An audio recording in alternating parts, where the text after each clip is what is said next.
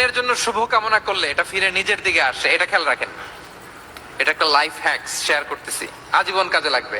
অন্যের জন্য যেটাই ভালো কামনা করবেন এটা ঘুরে আপনার দিকে আসবে।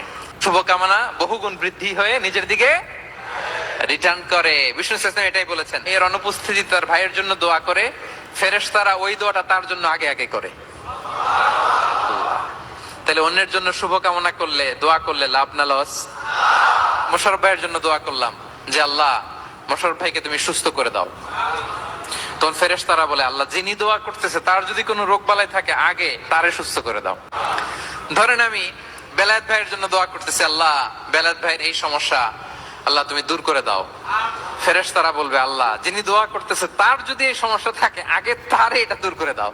ভাই আল্লাহ সে গরিব, তার অর্থের বড্ড অভাব, দারিদ্রতা, আল্লাহ তুমি আমার ভাইয়ের দারিদ্রতা দূর করো। ফেরেশতারা বলে ওয়ালাকা বিমিসলিন, তোমার জন্য এটা, মানে আল্লাহ যিনি দোয়া করতেছে তার যদি অর্থের প্রয়োজন থাকে আগে তার দারিদ্রতা দূর করে দাও।